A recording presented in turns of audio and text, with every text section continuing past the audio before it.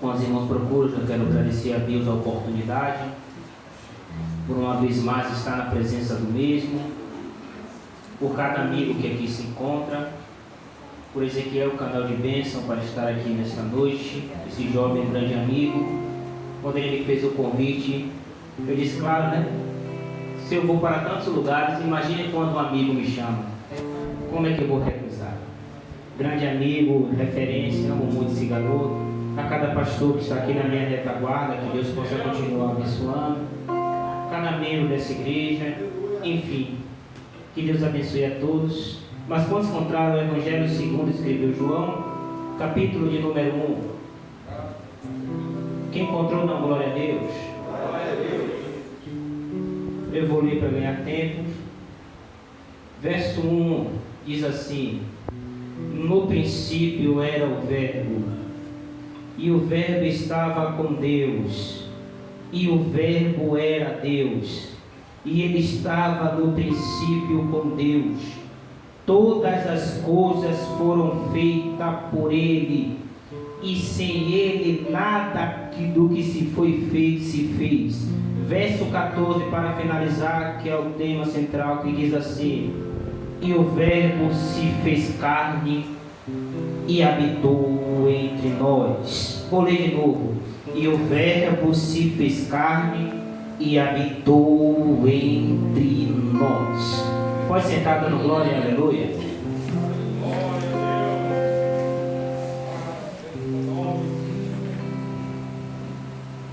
Estando aí diante de um texto escrito pelo evangelista João. Não teve tempo suficiente para expressar tanta grandeza que este versículo se dá, porque o evangelho de João é um evangelho interessante. É dos evangelhos que tem a sinopse dele, que começa do versículo 1, do capítulo 1 ao verso 18, que ele dá a sinopse de todo o texto de João, de todo o seu evangelho. Mas a carta de João, ela não foi escrita simplesmente por nenhum motivo, nenhuma razão. O evangelho de João é diferente dos demais evangelhos sinóticos, a saber, Mateus, Marcos e Lucas. Mas por que ele é diferente dos outros evangelhos? Além de ele ser escrito de uma forma diferente dos outros, ele vai escrever uma realidade de algo que estava acontecendo naquele período. E o que é que estava acontecendo? Existiam algumas seitas religiosas que estavam predominando naquele período. As seitas religiosas qual eram? Vou citar algumas aqui, uma chamada de agnosticismo. Agnosticismo era uma seita que muitos deles, ao mesmo tempo que acreditavam em Jesus, eles mesmos diziam que não acreditavam. Era como se estivesse em cima do muro. Para eles, tanto fez como tanto faz se existe ou não Jesus. Existia uma segunda seita chamada de gnosticismo. Gnosticismo era aquela que dizia: toda a matéria é má e todo o espírito era bom. Então ele dizia: Jesus não poderia vir à terra. Por qual motivo Jesus não podia vir à terra? Porque toda a matéria é má. E se Deus é a divindade santa, Deus não poderia estar no meio do povo. Então essas seitas, quando elas vinham para confrontar todos os princípios cristãos e religiosos da época. A seita também que existia era uma seita que dizia que Jesus era um fantasma. Quem nunca leu na Bíblia que quando Jesus vem andando sobre o mar, e os discípulos ficam com medo, ele diz: eu não sou um fantasma. O livro de João escreve de qualquer maneira. Era porque ele estava repreendendo uma seita, dizendo: deixa esse negócio de fantasma para lá, porque quem está falando com você é Jesus Cristo de Nazaré. Mas dobre o máximo de sua atenção. Então, entendendo o motivo qual João escreve a carta, agora vamos entender o que foi que nós lemos nessa noite. Versículo de número 1, ele diz: no princípio. E todas as vezes que nós lemos a palavra no princípio, automaticamente nós lembramos de outro texto que fala no princípio. E onde é que está escrito? Gênesis capítulo 1, verso 1 vai dizer: no princípio. Mas qual é a relação entre esses dois textos? É porque João estava escrevendo e explicando ao povo que Jesus Cristo, antes mesmo de qualquer coisa, Jesus já existia. Ele diz assim: ó, no princípio criou Deus os céus e a terra. Mas onde é que Jesus entra nisso? João vai explicar: no princípio era o Verbo. E que era o Verbo? era Jesus. E o que é verbo era a palavra. Ele diz, desde o princípio, Jesus já se encontrava. Antes mesmo de existir, Jesus já estava lá. Então ele está dizendo, no princípio era o verbo já estava com Deus, mas na verdade, o verbo era Deus. E com isso vocês vão entender. Então ele começa a trazer essa relação no livro do Gênesis. Ele começa a dizer que o verbo já estava existindo naquele período. Era quando Jesus dizia, façamos, faça a terra. E com todas as vezes que você ouvia essa relação, toda a obra da criação era Deus e Jesus e o Espírito Santo fazendo ao mesmo tempo. Então toda a obra da criação é comum, sabemos que no Gênesis fala de toda a criação. Deus cria os céus, Deus cria a terra, cria tudo que nele há. E no sexto dia, cria o homem, sucessivamente, cria também a mulher. Mas o interessante de tudo isso, no meio da criação total, Jesus também fala para ele, Deus está dizendo, de todas as árvores do jardim comerás. Possa comer de todas as árvores. Tem árvore de todo tipo para você comer. Mas tem uma árvore no meio do jardim que eu não quero que você coma, que é a árvore do conhecimento do bem e do mal. E os homens ouviram isso. Acredito que tanto Eva quanto Adão, naquele paraíso, estavam felizes obedecendo a Deus. Até apareceu uma serpente, um dos animais mais espertos daquela época, um dos animais astutos. E olha para Eva e diz assim, Deus disse que você não poderia comer de nenhuma árvore do jardim. E ela diz assim, não. Ele disse, posso comer de todas as árvores, exceto da do conhecimento do bem e do mal. Então a serpente começa a travar o diálogo com Eva. E a serpente vem com um papo tão convincente que Eva acredita na serpente. E eu já quero dar a primeira aplicação da noite. Sabe qual é o problema de nossa geração? É que anda dando muito ouvido para o que a serpente está dizendo. A serpente começa a falar as coisas, as pessoas começam a ouvir. E sabe quem é a serpente aqui? São aquelas amizades que nos afastam de Deus. Sabe quem é a serpente aqui? Aquelas amizades que nós andamos. Existem muitas pessoas que vêm para o nosso meio, mas não é para nos aproximar de Deus, mas na verdade é para nos afastar daquilo que Ele tem para nós. E nossa geração tem dado ouvido à serpente. E Eva ela dá ouvido à serpente. Adão ao lado dela, na tradução original, dá o sentido que Adão estava ouvindo tudo e consentindo com aquilo. Ele come do fruto proibido. E quando ele come do fruto proibido, a Bíblia vai dizer algo interessante, que quando ele come, entra o pecado e a morte no mundo. E quando o pecado e a morte entram no mundo, aí começa a depravação total da humanidade. Aí Deus expulsa eles do paraíso, do jardim que estava no Éden, e diz para ele não comer do árvore da vida. E depois dali a humanidade começa a se corromper. A humanidade se corrompe. Quem lê a Bíblia sabe. A humanidade estava tão corrompida que quando Deus ia destruir a humanidade, a Bíblia diz que ele achou graça em Noé. E por ele achar graça em Noé, ele diz, eu não vou destruir por causa dele. Então Deus vai dizer assim a Noé, prega para todo esse povo, foi falar essa noite. E quando Noé vai pregando, as pessoas não queriam ouvir o que Noé estava pregando. Então Deus disse, entra você e sua família na arca. E Deus ele faz uma arca, manda Noé fazer a arca. E a história todo mundo já conhece. Quando ele cria a arca, vem um dilúvio, mata toda aquela humanidade, menos os que estavam dentro da arca. E começa uma nova geração. Tinha que ser uma geração melhor, uma geração mais bonita. Mas o pecado que Adão cometeu aqui no paraíso, ela remete e fica dentro da alma do homem. É por isso que o homem tem uma inclinação para o pecado. Essa inclinação para o pecado não lhe dá motivo de pecar, mas ela dá o desejo do pecado.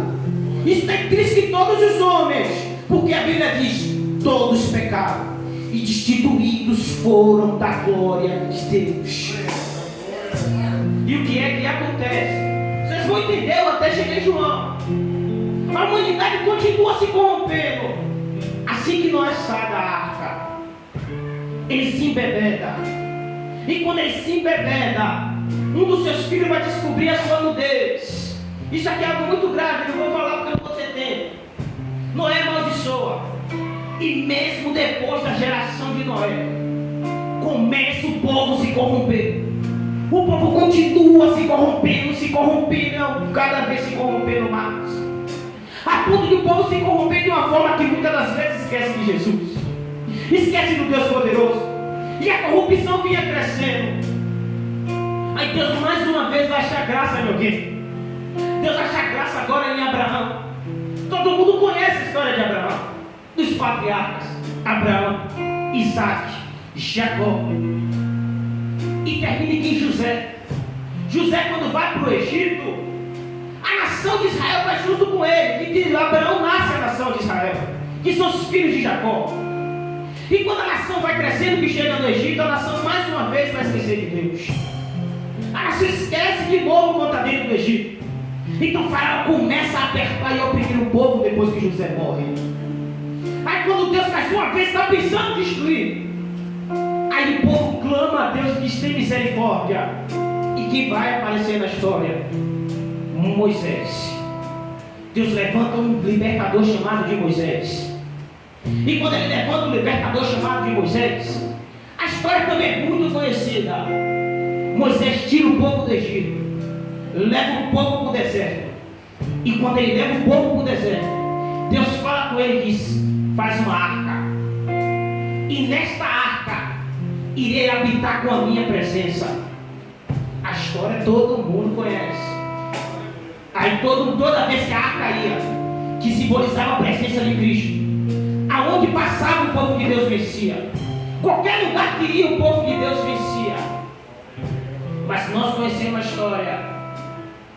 Certa vez, vai ter a história agora do sacerdote Eli. A arca de Deus estava no meio do povo, mas o povo também já não sentia, ainda não tinha mais a presença de Deus, que Deus disse: o povo está corrompido, o povo está perdido, eu já não vou habitar mais dentro da arca. E Deus sai da arca. O povo de Israel começa a perder todas as batalhas. E a arca de Deus, aquele objeto que era móvel, Deus diz: eu não quero mais habitar nisso. A ponto de eles perderem a arca para o povo inimigo. Quando Davi traz a arca de novo para o meio do povo, a presença de Deus volta. Mas Davi olha e diz assim: mas eu não quero Deus andando nesse templo móvel. Todo mundo tem o seu palácio, porque Deus não tem um lugar para reinar. E ele tinha um projeto de fazer um lugar para Deus habitar. Mas Deus olha para ele e diz: você não pode, sua mão tem muito sangue. Aí talvez você pense: mas ele frustrou o sonho de Davi. Não. Deus olhou e disse: você não pode, mas o seu filho vai fazer o seu lugar. Então ele constrói o templo. É um templo bonito, chamado do Templo de Salomão. E mais uma vez a glória de Deus vai habitar no meio do templo. Aí quando a glória de Deus habita no meio do templo, a Bíblia vai dizer em Crônica, eu estou correndo por causa do tempo, isso aqui é tudo Bíblia, vai chegar em João, você precisa entender isso. E quando ele chega no livro de Crônicas, que o templo de Salomão é feito, Deus diz: eu derramei a minha glória, mas o povo esqueceu de mim. E eu estou me afastando do povo. E estou trazendo uma nação poderosa para dominar elas. E que ele traz? A história da Babilônia. Quando vem o rei Nabucodonosor, destrói todo Israel. Quando queima tudo, que ele vai embora. Até porque Deus já não estava se contentando com o que estava acontecendo. Mas Deus, mais uma vez, por misericórdia do povo, vai levantar profetas, vai levantar juízes, vai levantar toda a nação para vir a favor de Israel. E a gente vai dizer: a glória da última casa será maior do que a da primeira. E quando ele está falando tudo isso, se cumpre Neemias. E quando Neemias, juntamente com Esdras, que são os últimos livros da cronologia bíblica, junto com Malaquias, eles vão dizer que quando a glória de Deus habita no segundo templo, o povo mais uma vez se corrompe, ao ponto de Deus não falar mais com o povo, chamado do período interbíblico, que é que diferencia o Antigo Testamento do Novo Testamento. E quando nesse período interbíblico que Deus já não fala mais com o povo, o que acontece? Começa a surgir seitas e heresias. As pessoas que não conheciam mais a Deus começavam a ouvir qualquer coisa que falava. Alguém dizia: olha, tal seita ali está falando de algo que é melhor do que o que vocês falavam no passado. E as pessoas começavam a apoiar essas seitas. E que seita não era essa? O agnosticismo, o gnosticismo. Eram muitas seitas que iriam surgir. E o povo de Deus, que quando Jesus veio, eles começavam a acreditar nas seitas religiosas, dizendo: Jesus não existe, Jesus não vai poder existir. Isso tudo é mentira desse tal de Jesus. Sabe por que Jesus não pode existir? Porque ele mesmo disse que não vai habitar mais em tempo feito por mão de homem. Então Jesus não existe. Isso é conversa do povo. Sabe por quê? Porque Deus não pode vir à terra. Porque a seita dizia que toda a matéria é má. E se Jesus vir em forma de homem, isso é mentira. Então tudo isso que ele está falando é mentira. Porque todo ser humano é pecador. E eles começavam a pegar os textos dizendo: olha o que a Bíblia está dizendo, que todos pecaram. Então Jesus não existe. Olha o que o texto está dizendo: todo homem é pecador. Então Jesus não pode existir. Então como é que vai combater uma seita? Como é que vai combater tudo isso? Eu imagino Deus olhando de lá do céu e ele começando a olhar para a humanidade. Ele vê toda a corrupção e diz: eu fui até o mais profundo dos abismos. Eu procurei mais profundo dos mares e não achei ninguém digno. Não há ninguém que possa morrer por este povo. Aí alguém se pergunta: mas será que Jesus foi pego de surpresa? Jesus não sabia que Adão e Eva iriam pecar? E por que ele deixou pecar? Será que pecaram Deus de surpresa? Só que a minha Bíblia diz algo diferente. Apocalipse vai dizer assim, ó, que antes mesmo da fundação do mundo, o cordeiro já tinha sido morto. Ou seja, antes mesmo de Adão e Eva cometer o pecado, Jesus já tinha morrido pelo pecado deles. Mas escuta isso. Quem entende de história de Bíblia, principalmente o povo judeu, sabe que para o sacrifício ser válido, o cordeiro tinha que morrer 2 vezes. O primeiro cordeiro foi morto antes da fundação do templo. E precisava um cordeiro morrer novamente. Mas quando Deus olha do céu, Deus diz: o sangue do cordeiro já não pode tirar o pecado do povo. O sangue da humanidade não tem ninguém justo para morrer pelo povo. E quem agora vai poder morrer pelo povo se eu não achei nenhum homem digno? Não tem um homem na terra que possa morrer pelo meu povo. Não tem mais como ser justificado. Nós não podemos mais ser justificados pelos nossos pecados.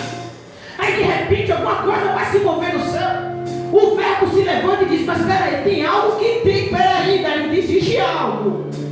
Talvez eu imagine o diabo diz assim: o que? Não tem nenhum homem justo. Aí Deus vai dizer assim, Jesus diz: eu vou descer. Deus vai dizer: você não pode descer, porque você é Deus. E Deus não pode habitar no meio de homem, porque você não vai sentir dor. Você vai suportar tudo isso porque você é Deus. Então você não vai poder morrer para o povo, porque o povo vai dizer: claro que ele vai suportar dor porque ele é Deus.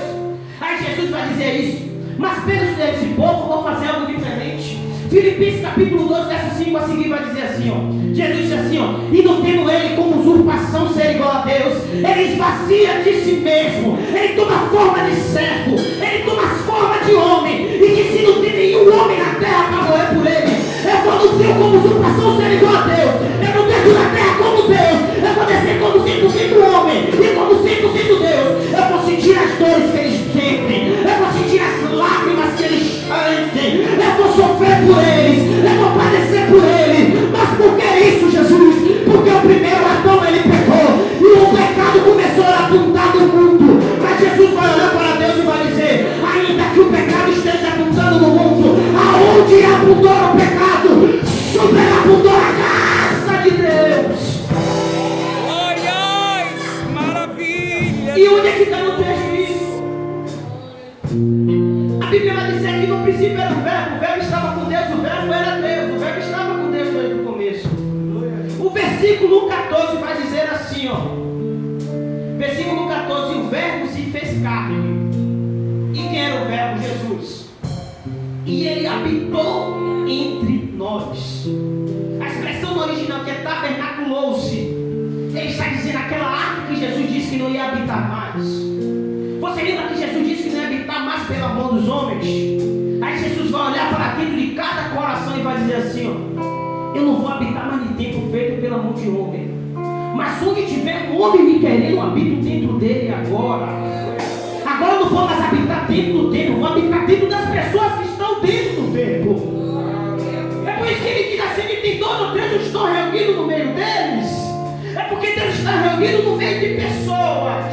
Dentro de você tem um Deus gritando. Dentro de você tem um Deus que está dizendo, eu estou contigo para onde der e vier. Dentro da sua alma tem um Deus dizendo, eu sei quando você chora. Dentro de você tem um Deus dizendo, eu estou aí junto com você, eu estou dentro de você. Quando precisar de mim, você não precisa de muita coisa não. Só basta você dizer, Pai, eu sei que o Senhor está comigo. O Senhor está todo momento comigo. E disseste que ele habitar dentro de mim. Então dentro da sua alma tem o Deus. E por que está temendo diante do que o homem tem falado para você?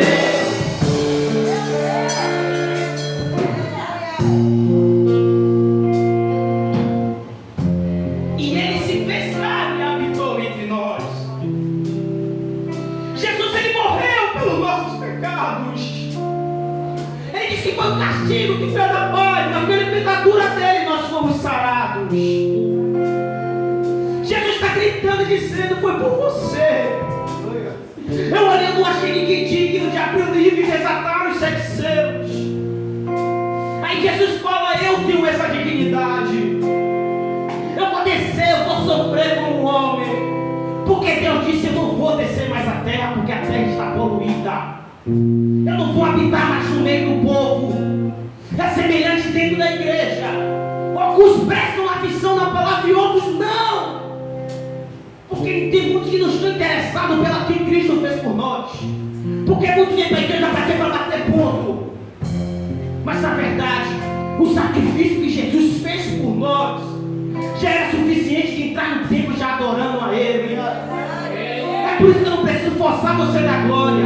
Você dá glória porque você sente Ele. Você dá glória porque Ele está no meio do ambiente. A adoração não é para o pregador. A adoração é para Ele. Glória a Deus, aleluia, Jesus. Espírito Santo. Ele tabernaculou-se, ele largou a região celestial.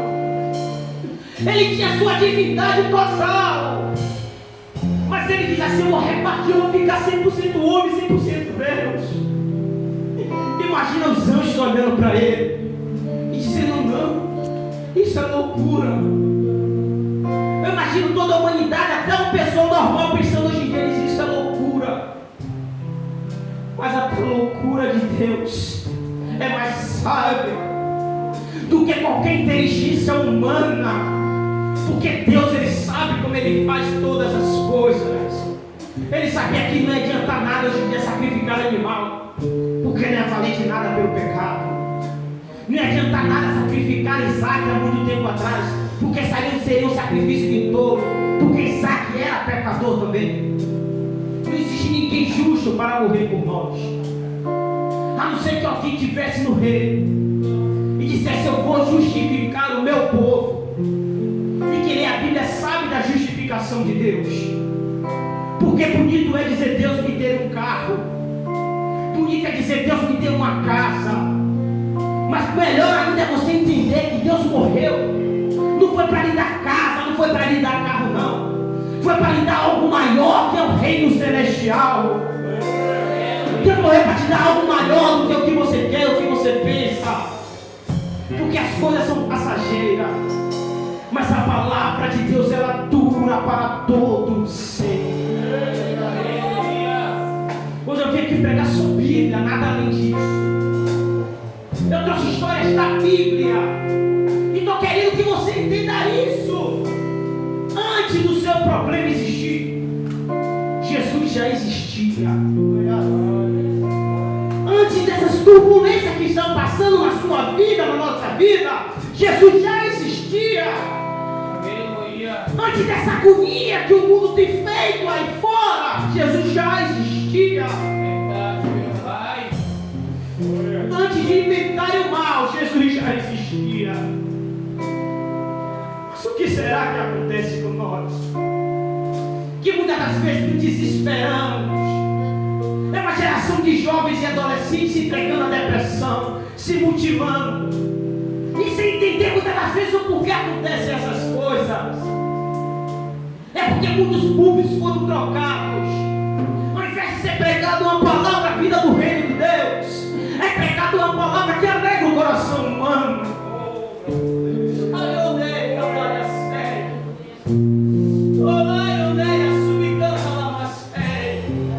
Eu não preciso pregar para ninguém estar pulando, ninguém na agonia.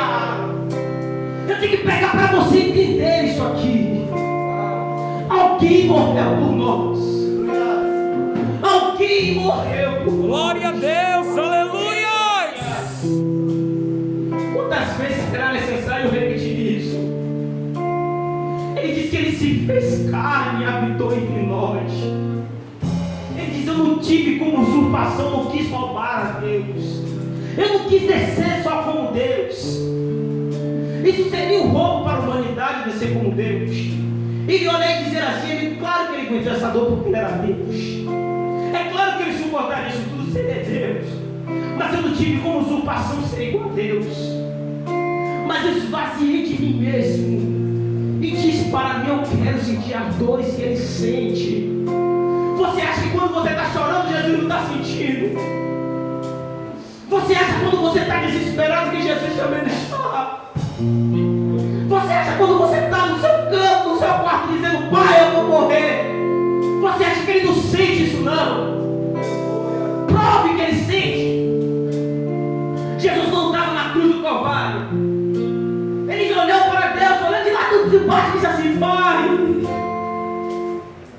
Ele começava a olhar para o céu e começava a sentir as dores. Ele já não estava suportando mais. E ele começa a gritar: Eli, lama sabachthani. Ele grita: Deus meu, por que me abandonaste?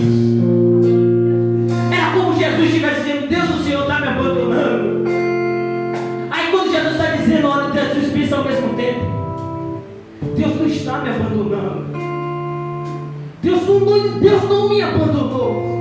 Ele deixou padecer essas dores para que se cumprisse o que está escrito, para me habitar dentro do meu povo. O Cordeiro tinha que morrer pela segunda vez. A primeira vez foi antes da fundação do templo, mas a segunda vez é quando ele morre na cruz do Calvário, que ele começa a gritar: Tetelestai.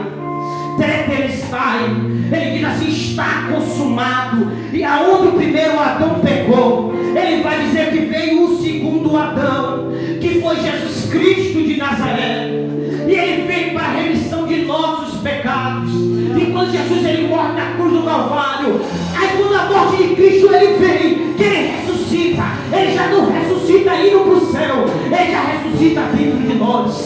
Ele já ressuscita dentro da nossa alma. É por isso que quando dá vontade de você desistir, alguma coisa grita e diz assim: ó, não desista, continua lutando, vai até o fim. Não para não. Não para de lutar não. Continua lutando. E não desiste da luta não. Aleluia. Oh, aleluia. Vamos nos colocar de pé. Maravilhas do Senhor. Aleluia. Estar aqui. Eu fiz um rápido resumo, mas o direcionamento de Deus são palavras objetivas para a nossa alma. Quando você sente a Cristo, quando nós sentimos a Cristo, Ele nos renova. E nós passamos a ser diferentes da sociedade lá fora. Por que será que quando nós passamos em determinados locais, as pessoas observam e dizem: é diferente? O crente pode ir a qualquer lugar e não tem medo. Quando você olha para o mundo lá fora, algumas pessoas conversando e dizem assim: eu não posso entrar em tal lugar, eu não posso ir a tal lugar, e você tem uma liberdade. Porque essa liberdade, alguém teve que morrer para nós sermos livres. Alguém precisou morrer no nosso lugar, porque nenhum homem suportaria nada disso. Jesus precisou habitar no meio de nós para entendermos que essa religião e essa seita estavam mentindo. Porque Jesus desde o começo já estava lá. Jesus começava a destruir todas as seitas religiosas. E João ele escreve a carta só para demonstrar isso. Que essas seitas são mentiras. Essas seitas que nós ouvimos lá fora, que qualquer caminho leva a Cristo. Isso é a pior mentira. Jesus vai dizer o único caminho que leva. Ele diz assim, ó, eu sou o caminho. Lá não está escrito em plural não. Pode ler, está no singular. Ele diz, eu sou o caminho, só tem um caminho que leva a eles. Tem uma história de Alice no País da Maravilha que é interessante. Ela chega para um gato, que era um mago, que era um homem inteligente, e diz para ela, eu estou perdido neste lugar. E aquele gato olha para ele e diz assim, ó, e para onde você quer ir?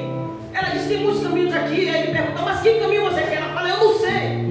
Aí ele olha para ela e diz assim, ó, para quem não sabe para onde vai, qualquer caminho serve. Quem não tem foco no que quer, é levado por qualquer doutrina, é levado por qualquer palavra, é levado por qualquer pessoa para os nossos caminhos. Mas quem está firmado na palavra, tem que lembrar que Cristo, Ele é a palavra que está dentro de nós. Você tem dentro de você algo que você fala assim, eu vou conseguir, você consegue. Mas se você falar, não vou conseguir, você não vai conseguir. A partir de hoje, alimente as palavras que você quer para a sua vida. Seja determinado no que você quer.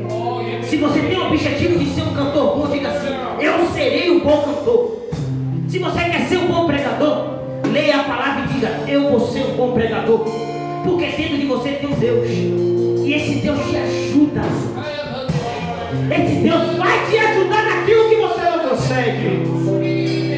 É Deus que renova suas forças. É Deus que faz o impossível acontecer. Ele está dizendo, você tem um ministério.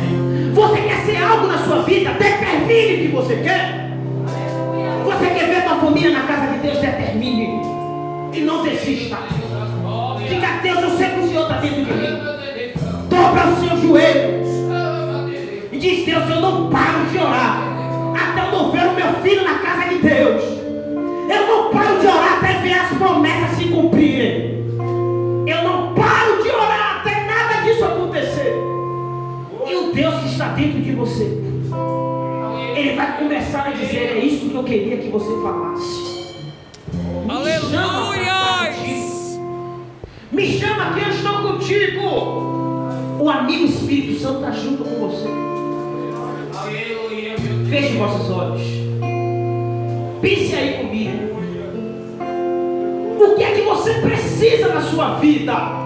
Senhor, preciso de muita coisa. Não. Eu estou falando de espiritualidade nessa noite.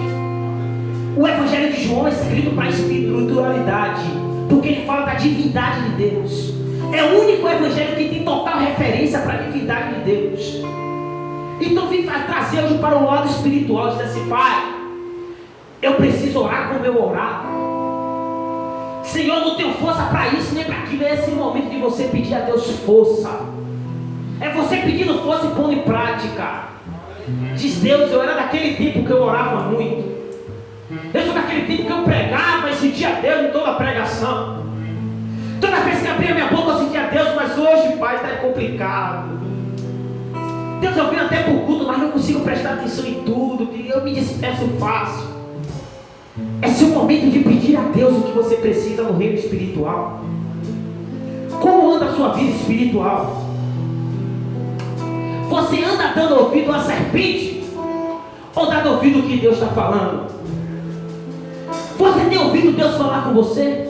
Ou há muito tempo Ele não fala? Seja sincera com você mesmo, eu serei sincero comigo mesmo. Mas tenta aí buscar no fundo do teu coração a verdade. E diz assim, Pai, eu até prego, eu até louvo, eu até tento fazer as coisas dentro da igreja, mas eu sei que ainda eu preciso mudar muita e muita coisa. É só você e Deus que sabe. É seu momento com Ele. É o seu momento de você saber até onde você está indo. Deus, Ele sabe os seus caminhos. Deus, Ele sabe da sua fragilidade. E Ele não veio apontar os seus pecados. Ele veio dizer que a graça dele te alcançou nessa noite. E Ele está dizendo: perdoados estão teus pecados, vai, não peques mais. Só Ele sabe aonde erramos. Só Ele sabe aonde nós estamos feridos. Só Ele sabe das dores que nós enfrentamos. Só Ele sabe até onde nós estamos pedindo.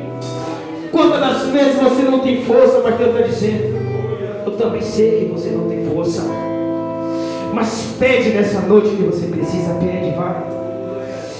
Deus, o que é que você precisa nessa noite? Eu vou te dar um tempinho para você pensar. Vai pensando aí, vai.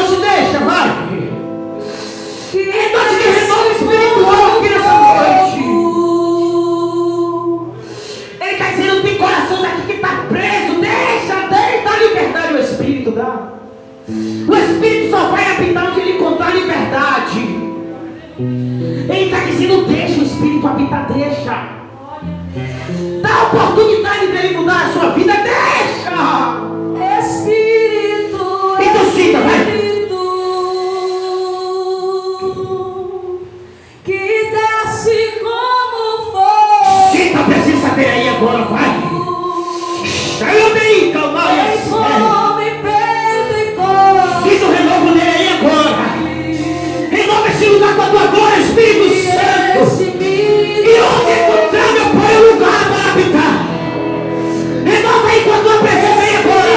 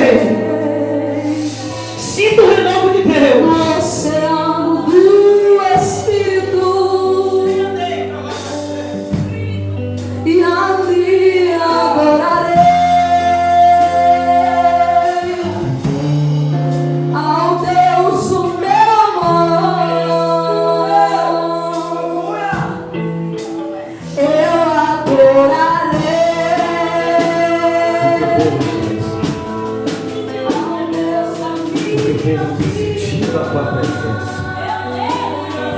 O teu povo tem buscado a tua presença.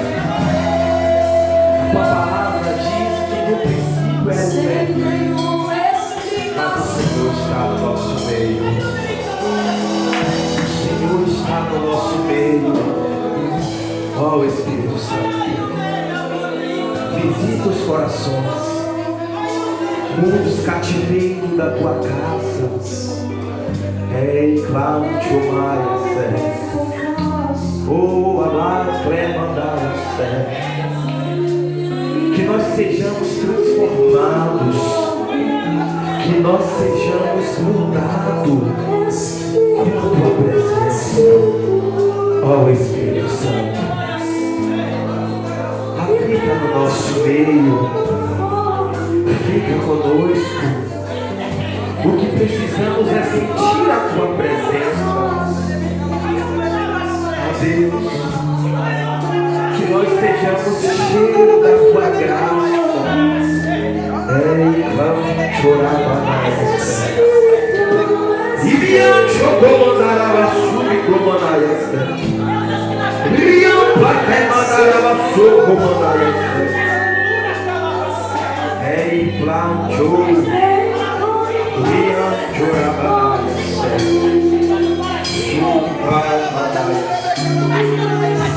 Encha a tua casa, encha teu povo, encha a tua igreja. E a tua placa é mandar a